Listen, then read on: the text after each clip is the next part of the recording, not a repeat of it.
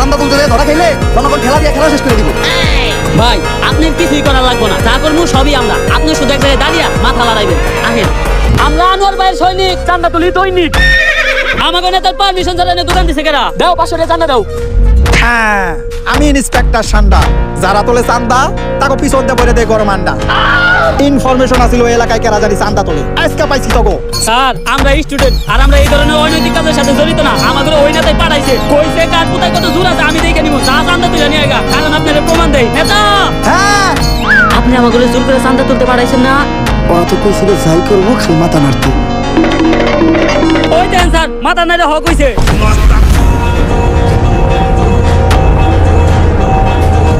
তরে দেখাইতেছে কার কোথায় কত জোর।